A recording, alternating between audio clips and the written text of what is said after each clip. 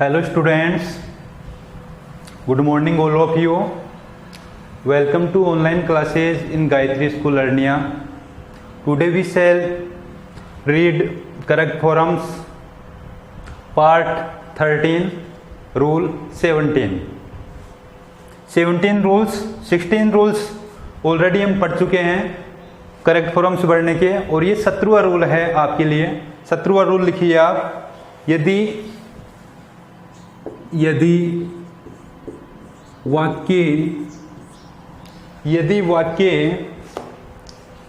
में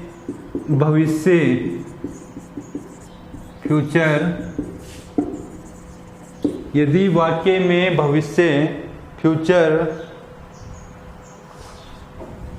में होने वाले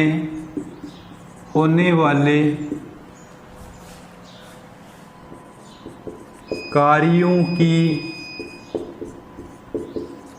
जानकारी, फ्यूचर में होने वाले कार्यों की जानकारी दी हुई है तो आप विल या सेल प्लस एमवी की फर्स्ट फॉर्म का प्रयोग करो। देखिए, समझिए इसको। यदि वाक्य में भविष्य में फ्यूचर में होने वाले, मतलब भविष्य की कोई जानकारी दी हुई वैसी जो आगे आने वाले समय में की कोई जानकारी हो, तो वहां पर किसका प्रयोग करोगे आप? विल और सेल। विल का प्रयोग बताया था, सेल का प्रयोग पहले बताया था आपको टेंस में कहाँ होते हैं। आई और वी के साथ में किसका प्रयोग करोगे? सेल का, और बाकी के साथ में विल का। और विल और सेल के साथ में कौन सी फॉर्म आती है यही बता दिया था, फर्स्ट फॉर्म का यूज होगा। जैसे मान लीजिए फ्यूचर में कैसे, देखिए एग्जाम्पल देखिए इसका। My father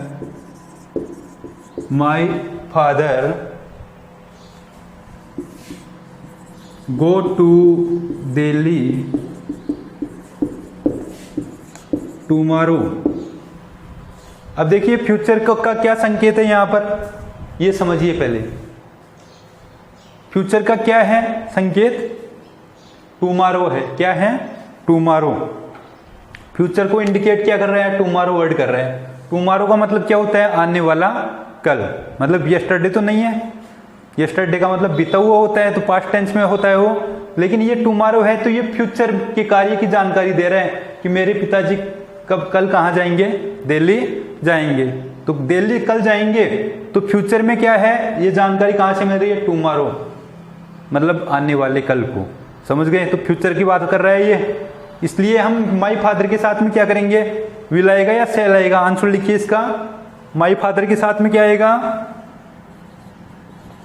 will. तो आंसर हो गया विल, और गो की जगह क्या रहेगा? गो ही रहेगा, तो विल गो। तो my father will go to Delhi tomorrow.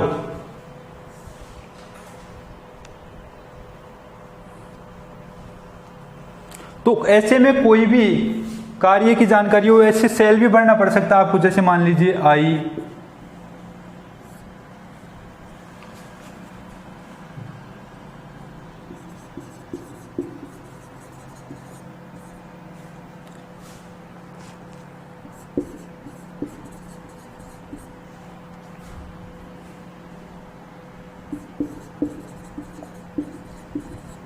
देखिए इसमें क्या भरोगे आप? I not come to school tomorrow. तो इसमें भी क्या है? फ्यूचर की जानकारी दे रहा है ये। समझ गए? तो फ्यूचर की जानकारी क्या दे रहा है? टुमारो दे रहा है, आने वाला कल। तो टुमारो के साथ में, आई के साथ में क्या आएगा? यहाँ नोट भी आ गया बीच में, आपको पता है। तो आपको तो क्या पढ़ना है केवल इसमें? सेल। आंसर हो गया इसका। क्या हो गया? आई के साथ में किसका प्रयोग करोगे? सेल का प्रयोग करोगे, तो सेल आंसर हो गया इसका, सेल। तो I shall not come to school tomorrow, मतलब मैं कल स्कूल नहीं आऊंगा। तो ये फ्यूचर की बात पहले ही बता रहा है, समझ गए। तो I shall not come to school tomorrow, उतार लीजिए इसको।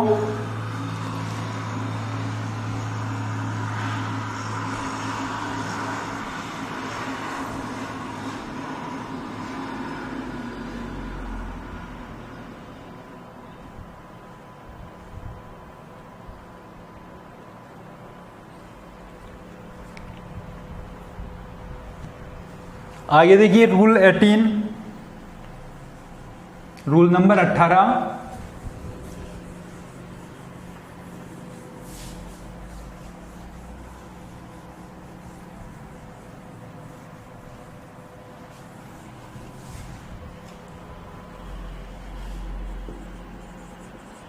रूल 18 लिखिए इसमें,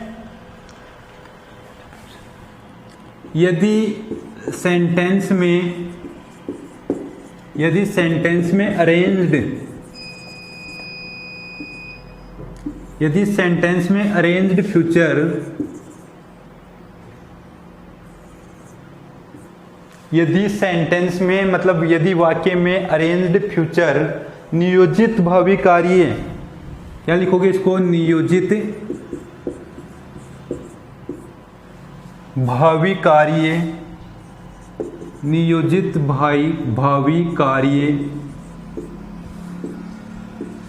हो तो, मतलब अरेंज्ड फ्यूचर हो तो, नियोजित भावी कार्य हो तो सिंपल प्रेजेंट टेंस का प्रयोग करेंगे। कौन से टेंस का प्रयोग करेंगे, सिंपल प्रेजेंट टेंस का प्रयोग करेंगे। यदि सेंटेंस में अरेंज फ्यूचर हो मतलब नियोजित भावी कार्य हो, मतलब कोई होने वाला नियोजित हो, पहले से ही फिक्स कर रखा हो तो सिंपल प्रेजेंट टेंस का प्रयोग करेंगे। उदाहरण से समझते हैं इसको, एग्जाम्पल देखिए इसका,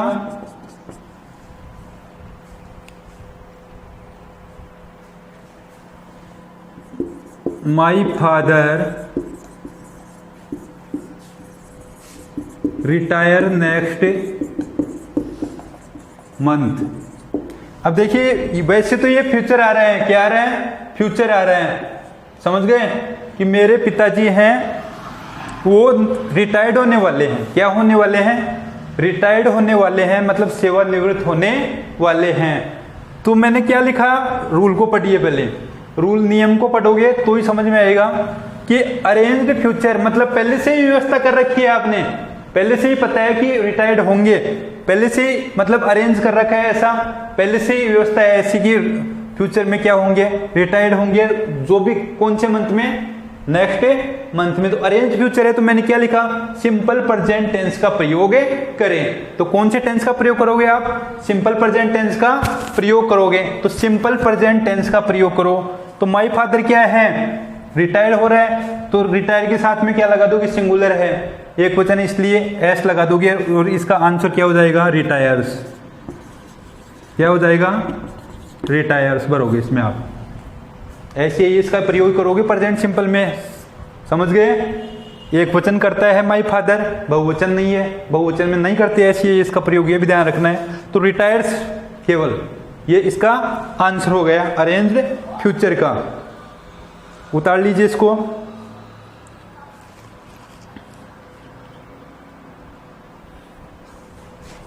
फिर इसके बाद में रूल नंबर 19 देखिए,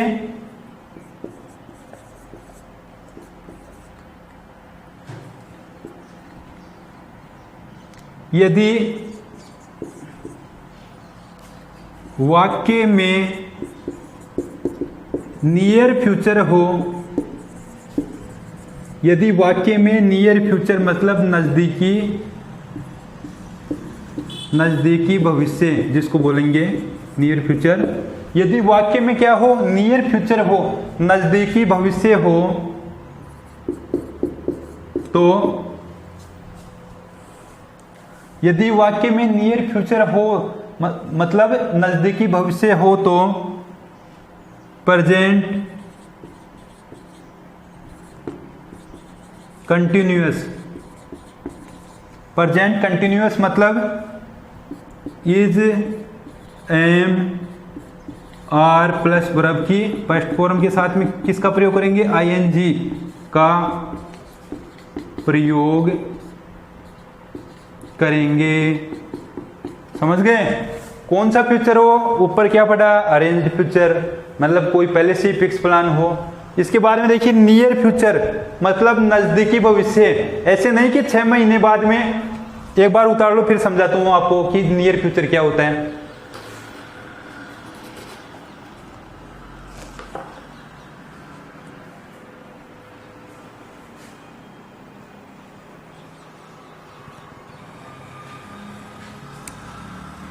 तो नोट कर लिया होगा आपने। अब समझते हैं नियर फ्यूचर। मैं भी कह रहा था आपको कि नियर फ्यूचर क्या होता है। भाई वाक्य में ऐसा आपको मालूम होना चाहिए कि नियर फ्यूचर क्या होता है। अगर नियर फ्यूचर जानोगे नहीं तो कैसे भरोगे। मेन चीज तो यह है ना कि नियर फ्यूचर क्या होता है। जैसे मान लीजिए कोई व्यक्ति कल जा रहे हैं, एक व्यक्ति है उसने सोचा कि कल कहां जाऊंगा, मैं जयपुर जाऊंगा। तो वो तो क्या है, कल की बात गई, समझ गए, कल पर है ना। और कोई व्यक्ति कहे कि मैं आज शाम को कहां जाऊंगा, जयपुर जाऊंगा। तो दोनों वाक्यों में कितना अंतर है। एक व्यक्ति मतलब जैसे मान लीजिए मैं कह रहा हूं स्वयं ही कि मैं कल कहां जाऊंगा, जयपुर जाऊंगा, और कोई कह रहा है कि मैं आज ही जाऊंगा, आज शाम को ही या दोपहर को। तो क्या होगा, आज शाम को जाएगा या दोपहर को। तो आज जो शाम और दोपहर वाला क्या हो गया, नियर फ्यूचर हो गया, मतलब नजदीकी भविष्य। और इन फ्यूचर क्या हो गया, वो आगे चला गया दूसरे दिन में, वो टुमारो में चला गया। मतलब आज शाम को, आज दोपहर, समझ गए, आज सुबह, ये सब क्या होता है, नियर फ्यूचर होता है। क्या होता है, नियर फ्यूचर होता है। तो नियर फ्यूचर को समझिए आप। जैसे मान लीजिए इसका एग्जाम्पल दूंगा तो भी समझ जाओगे आप। एग्जाम्पल लिखिए इसका।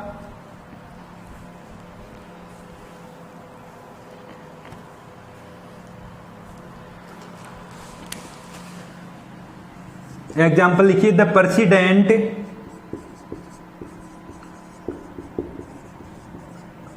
रीच,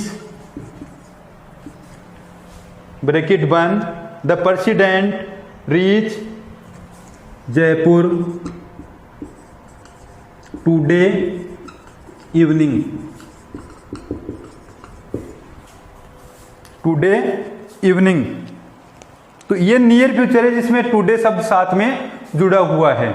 जिसमें टुडे शब्द क्या जुड़ा हुआ है, साथ में जुड़ा हुआ है। ये क्या है, नियर फ्यूचर है। टी है ये यहां पर प्रेसिडेंट में, टी और लिख लेना।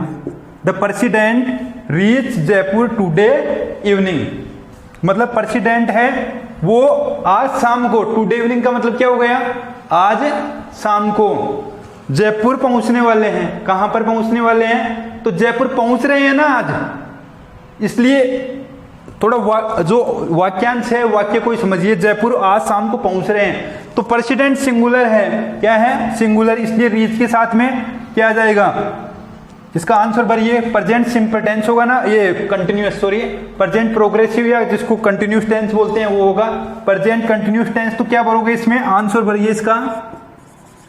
रीच तो है ही, इज, रीच में आईएनजी जोड़ दोगे तो इज रीचिंग हो जाएगा, इज रीचिंग। तो ये आंसर हो गया इसका, इज रीचिंग। और मैंने अभी आपको बता दिया कि नियर फ्यूचर क्या होता है। नियर फ्यूचर के बारे में भी बता चुका मैं आपको, समझ गए होंगे नियर फ्यूचर। तो ये आंसर आपके सामने है, नोट कर लीजिए।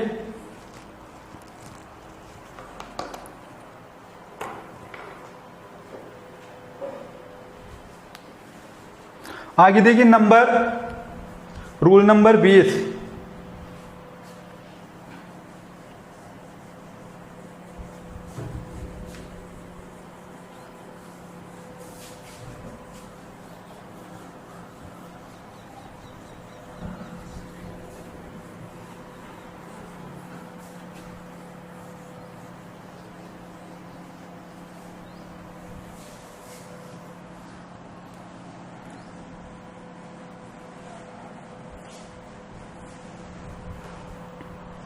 रूल नंबर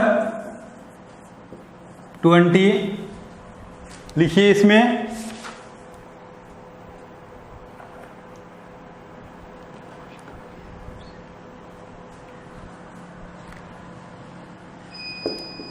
यदि वाक्य में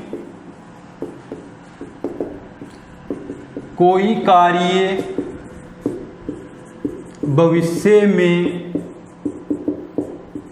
जारी रहेगा, ये तो आप भी समझ रहे होंगे। यदि वाक्य में कोई कार्य भविष्य में जारी रहेगा, मतलब आगे भी क्या रहेगा, जारी रहेगा,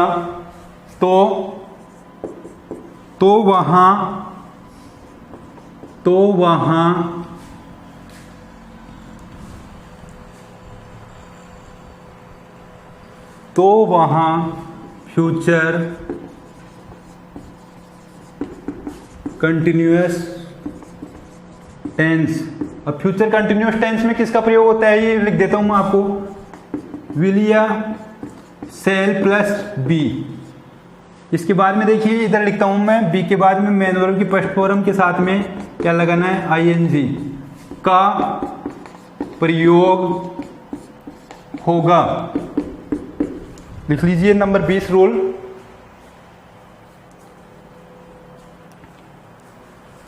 देखिए यदि वाक्य में कोई कार्य भविष्य में भी क्या हो, फ्यूचर में जारी रहेगा, तो वहां फ्यूचर कंटिन्यूअस टेंस होगा। फ्यूचर कंटिन्यूअस टेंस की हेल्पिंग वर्ब दोबारा फिर से लिख दी मैंने, पहले तो बता चुका, लेकिन विल सेल प्लस बी, मतलब विल बी या सेल बी। इसका मतलब समझना पहले, विल बी या सेल बी, और इसके साथ में मेन वर्ब की फर्स्ट फॉर्म के साथ में आईएनजी। कोई भी भविष्य में कार्य क्या होगा, जारी रहेगा। एग्जाम्पल से समझते हैं, एग्जाम्पल देखिए।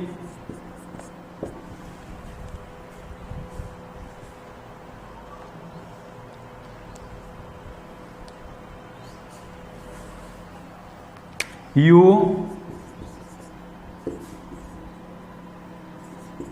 study in class 11th next year।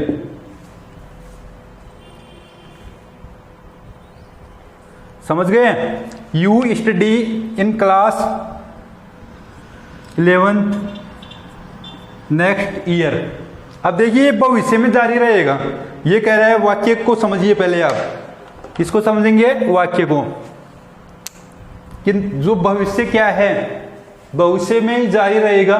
तो you study in class 11th next year, वाक्य को समझना मतलब आप 11th क्लास में नेक्स्ट ईयर पढ़ोगे। कौन सी क्लास में? 11वीं कक्षा में। तो कि इसका मतलब, कहने का मतलब क्या हुआ कि आप 11वीं कक्षा में कब पढ़ोगे?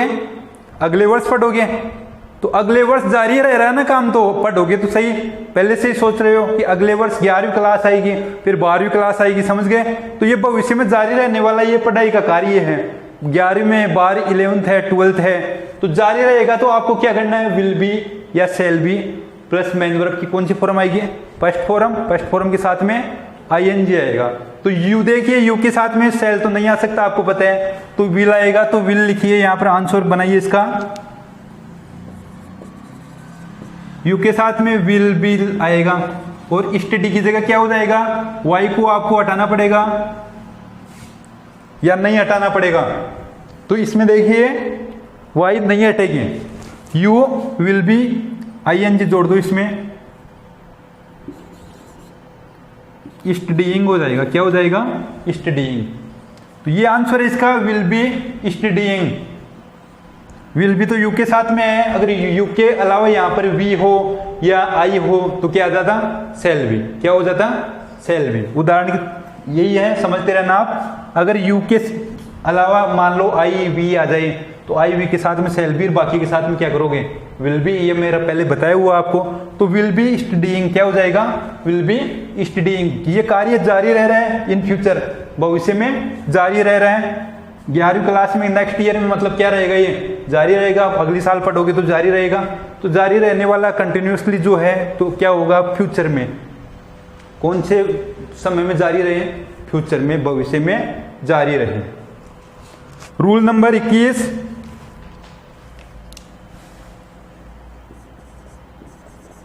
रूल नंबर 21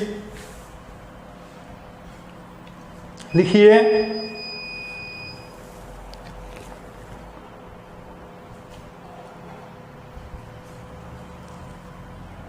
यदि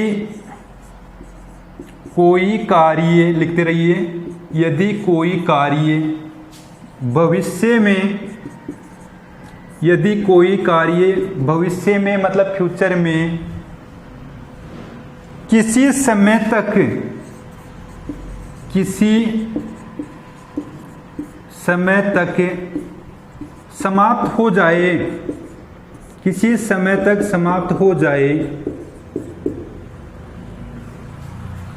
किसी समय तक समाप्त हो जाए तो वहां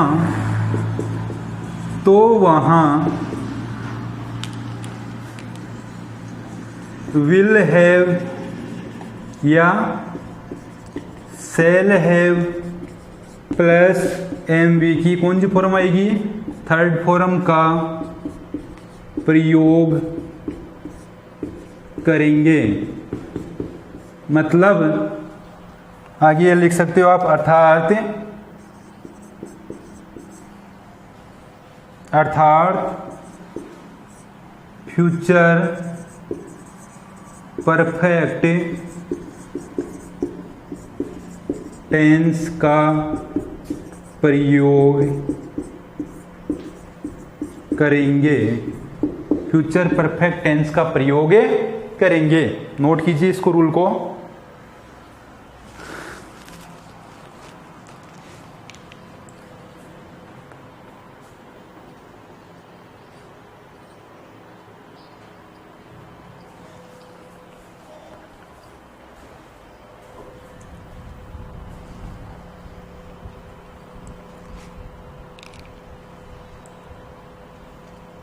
अब देखिए रूल को समझिए।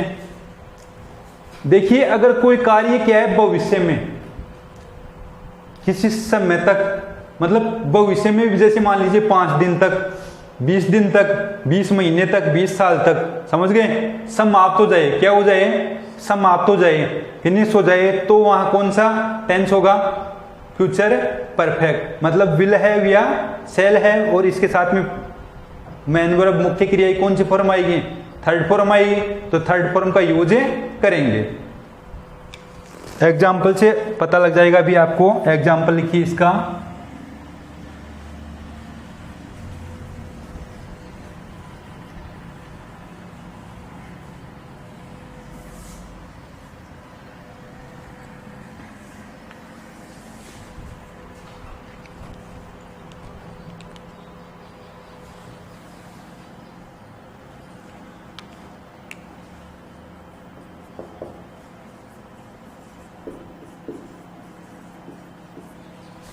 You pass 10th class by 2018। ये कोई व्यक्ति कह रहा है, क्या कह रहा है कि you pass 10th class by 2018, मतलब आप 10वीं क्लास 2018 में क्या कर लोगे, पास कर लोगे। कौन सी ईयर में, 2018 में। तो 2018 तक समाप्त हो जाएगी, मतलब जो 10वीं क्लास है वो फिनिश हो जाएगी। तो यहां पर क्या भरोगे आप, you pass 10th class by 2018। तो सीधी सी बात, रूल में क्या दे रखा है, 2018 तक पास कर रहा है ना, फ्यूचर में ही तो कर रहा है समाप्त। जैसे मान लीजिए मैं कोई 10th क्लास, अगर कोई विद्यार्थी है तो वो 2017 में 9th क्लास में 18 में पास कर लेगा भाई, ये तो 1 साल बाद में पास कर लेगा, लेकिन समाप्त तो कर देगा ना, वो फ्यूचर में करेगा। कब करेगा, फ्यूचर में, भविष्य में। इसलिए विल हैव या शैल हैव मेन वर्ब की थर्ड फॉर्म यू के साथ में क्या आएगा, विल हैव। क्या आएगा, विल हैव। विल हैव के साथ में कौन सी फॉर्म आएगी, मुख्य क्रिया तो ये है ना, इसकी कौन सी फॉर्म आएगी, थर्ड फॉर्म। तो पास का क्या हो जाएगा, पास्ड। तो उतार लीजिए इसको, लिख लीजिए इसका आंसर।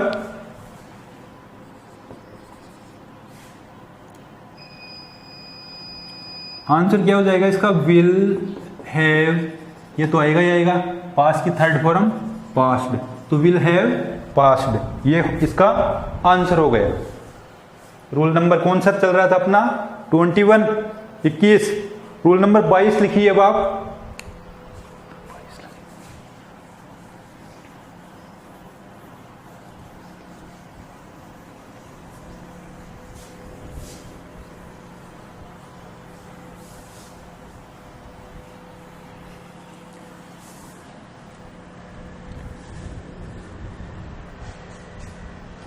रूल नंबर कौन सा अपना, ये भी उतार लिया होगा, रूल नंबर 22 लिखिए, 22।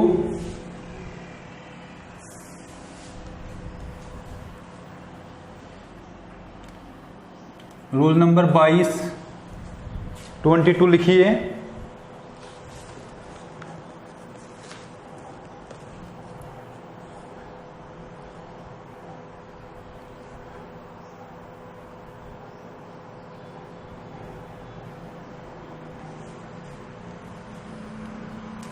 देखिए, यदि वाक्य में वाहिल आए तो, यदि वाक्य में वाहिल आए तो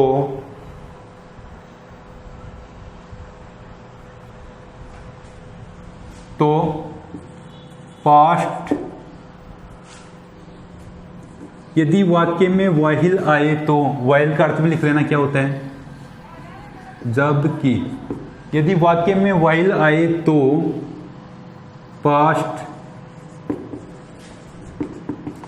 कंटिन्यूअस टेंस, मतलब वाज वर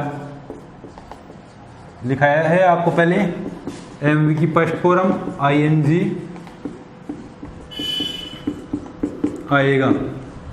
उतार लीजिए, वाक्य में क्या है, वाहिल आए।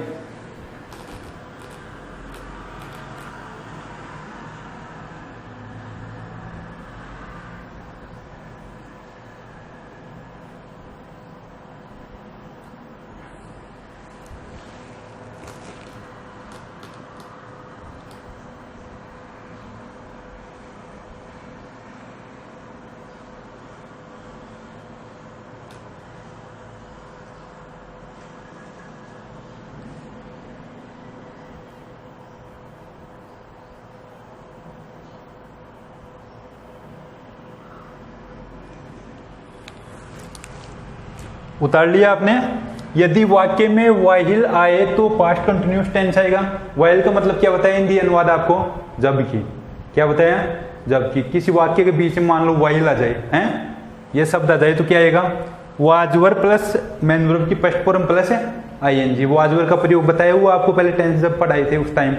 वह एक वचन के लिए क्या आएगा, वाज, और बहुवचन के लिए वर। लेकिन पर्टिकुलरली क्या बताया था, आई के साथ में क्या आएगा, वाज। क्या आएगा, वाज। एग्जाम्पल लिखिए इसका।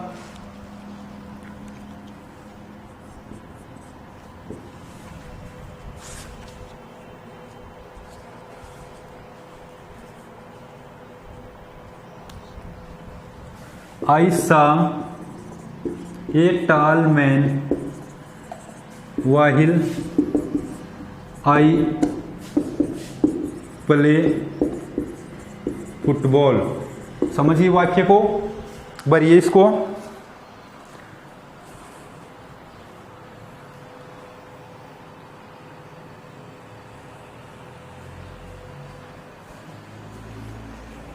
देखिए वाक्य में क्या आ रहा है, वाइल आ रहा है आपके सामने। तो क्या करना है आपको, वाजवर नियम में देख लो, आप पढ़ लो, प्लस मेन वर्ब की फर्स्ट फॉर्म प्लस आईएनजी। तो मैं आप पर छोड़ता हूँ, आप बनाइए इसका आंसर है वो लिखिए। देखिए बाद में मिलान करना, मैं लिखूंगा तब आपका सही हो या गलत हो।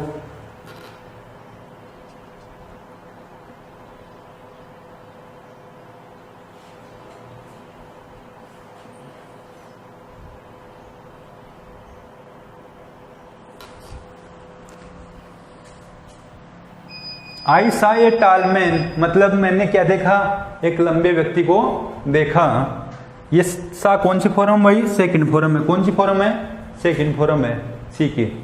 लेकिन आपको ये बता दिया कि वाइल आ रहे हैं, तो आई के साथ में क्या आएगा, ये देखिए पहले तो, वो आ जाएगा या वर आएगा, वो आ जाएगा। मैंने बताया था, भी आपको समझाया था, समझ गए।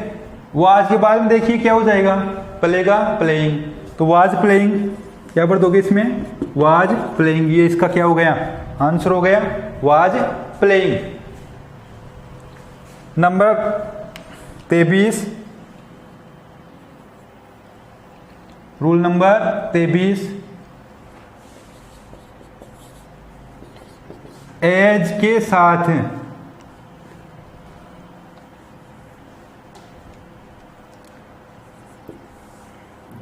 एज के साथ भी, एज के साथ भी was, were plus M V की फर्स्ट फॉर्म प्लस आईएनजी आता है। लिख लीजिए।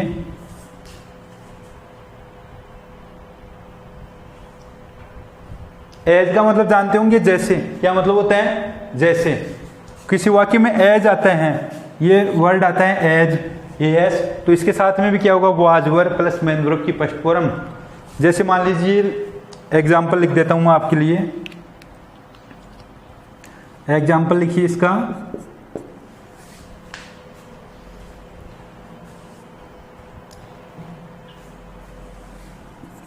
As he run, as he run he fell down, he fell down. बढ़िए, इसको क्या आएगा इसमें,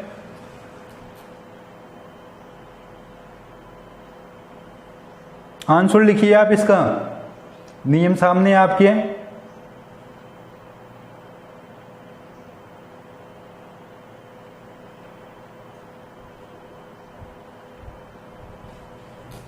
अरे सीधी सी बात है, क्या आएगा, was, were plus man verb की फर्स्ट फॉर्म प्लस आईएनजी। तो ही क्या है, सिंगुलर है, इसलिए वाज तो आएगा ही आएगा। आंसर में लिख लीजिए। वाज के साथ में रन का क्या बन जाएगा, रनिंग, तो ये एन डबल हो जाएगा, तो वाज रनिंग। ये भी ध्यान रखना, एन डबल होगा, समझ गए, वाज रनिंग। तो ये इसका आंसर हो गया, वाज रनिंग। उतार लीजिए, नोट कर लीजिए। रूल नंबर कौन सा था ये अपना,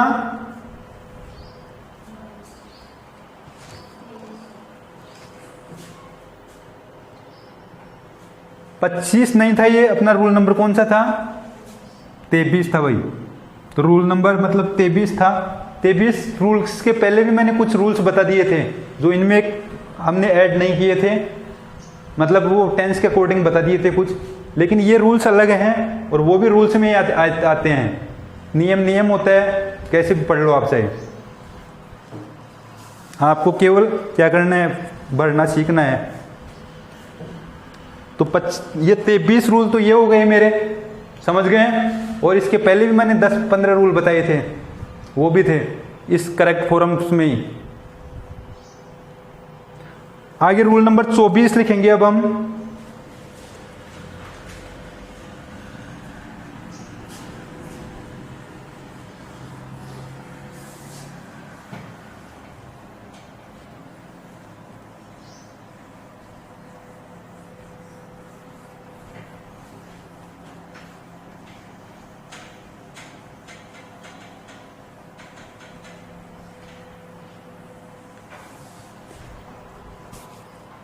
rule number 24,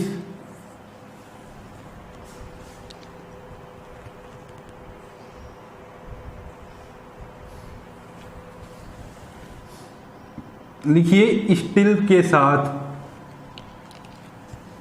still, STILL, still का मतलब होता है अभी तक।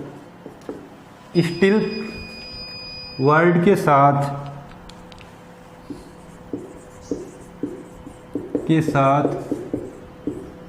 इज, एम, आर प्लस, आपको पता है इसके साथ में कहते हैं मैन वर्ब की first form ING। Is, am, are main verb की फर्स्ट फॉर्म प्लस ING आएगा। अर्थात लिख लो कौन सा टेंस हो गया, अर्थात present continuous, present continuous tense, अर्थात प्रेजेंट कंटिन्यूअस टेंस आएगा। किसके साथ में, स्टिल, स्टिल का अर्थ बताई दिया आपको।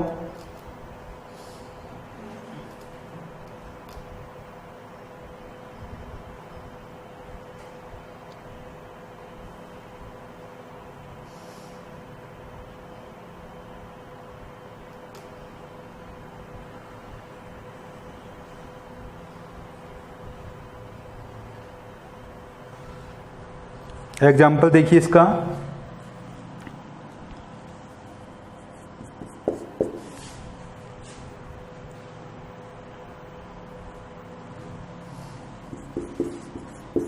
The boy brought a letter, the boy brought a letter and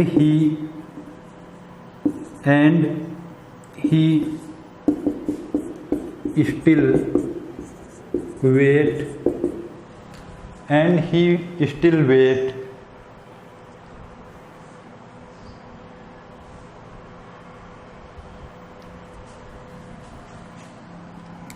for your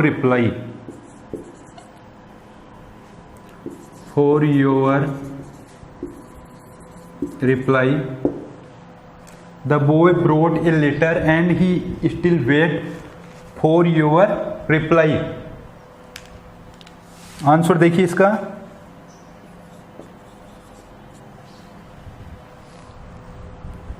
ये क्या आ रहा है वाक्य में, स्टिल, क्या आ रहा है स्टिल, तो ये स्टिल के साथ में वेट आ रहा है, तो क्या करना बेटा आपको, इज एम आर और ING, तो ही के साथ में क्या लाओगे आप, इज एक वचन है तो, और बहुवचन के साथ में आर, आई के साथ में एम, ये बताया हुआ पहले के पार्ट में, टेंसेज में सब कुछ इनका नियम यूज करना। ही के साथ में भरो आप, आंसर इज हो गया। इसके बाद में देखिए स्टिल की जगह स्टिल करना है आपको, इज स्टिल, वेट की जगह वेट में जोड़ोगे ING, is still waiting, is still waiting हो जाएगा इसका।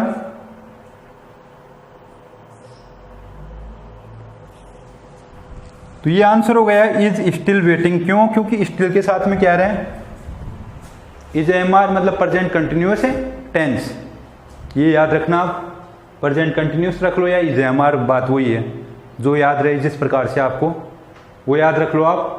तो कितने रूल्स हो गए अपने ये 120, रूल नंबर लिखिए 25, लास्ट रूल लिखा रहा हूं आपको आज के लिए।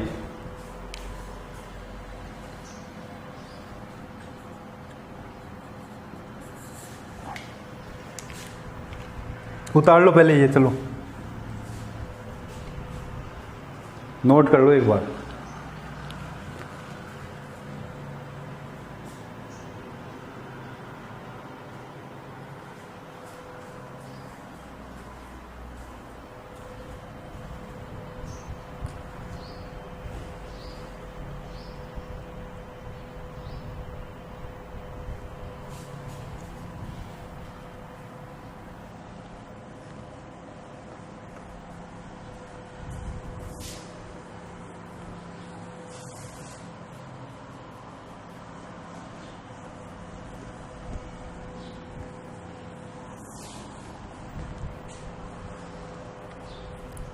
रूल नंबर 25,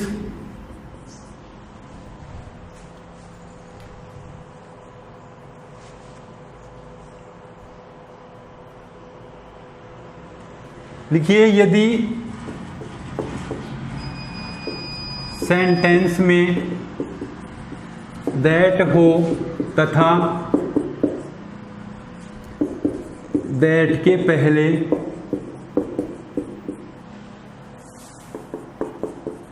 सेकंड फॉर्म हो, दैट हो और दैट के पहले क्या हो, सेकंड फॉर्म हो, तो दैट के बाद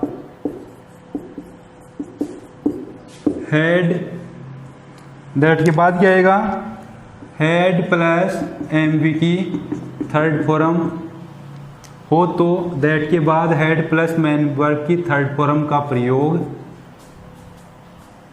प्रयोग करते हैं। अब इसमें समझने का ही भाव है, केवल समझ लीजिए, वाक्य को पढ़िए पहले।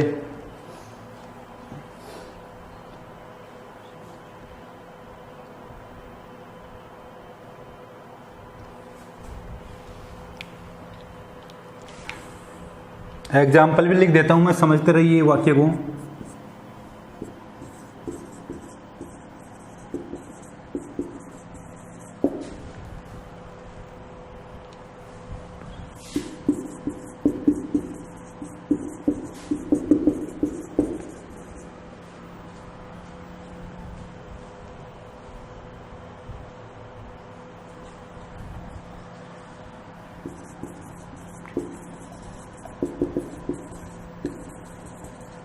ये एग्जाम्पल है।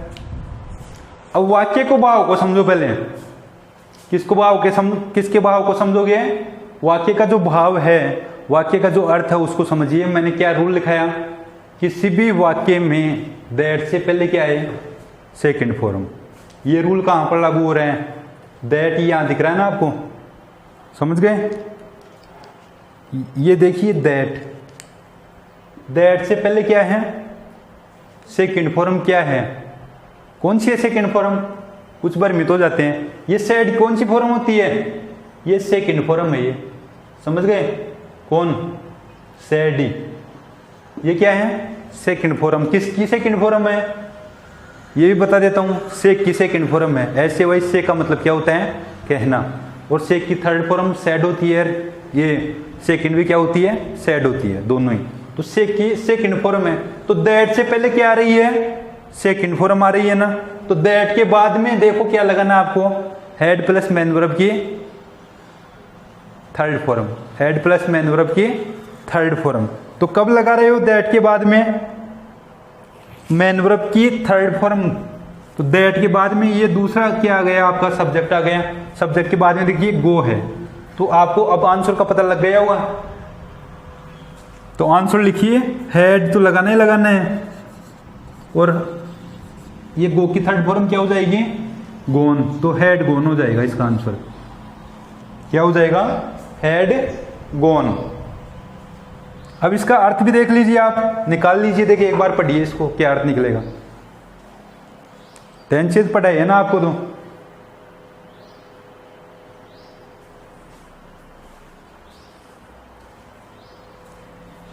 अच्छी तरह से टेंसेज बताए हैं, तो इसका अर्थ निकाल लीजिए आप।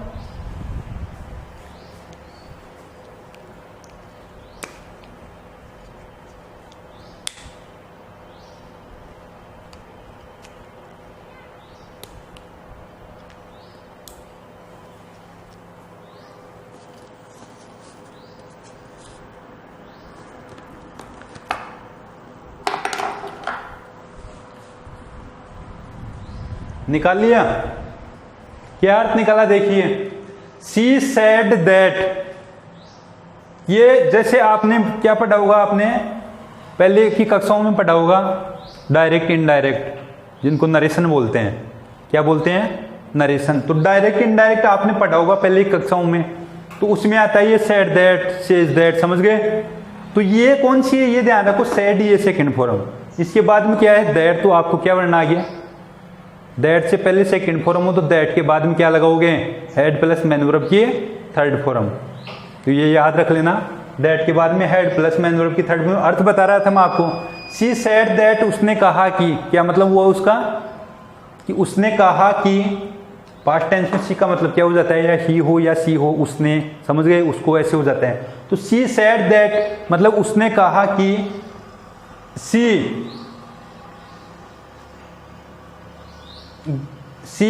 अब तो आंसर क्या आ गया ना? हेड गोन। मतलब वह जा चुकी थी। वह जा चुकी थी। टू द सिनेमा मतलब सिनेमा। द प्रीवियस डे मतलब वो प्रीवियस डे का मतलब जो बीता हुआ कल है। समझ गए?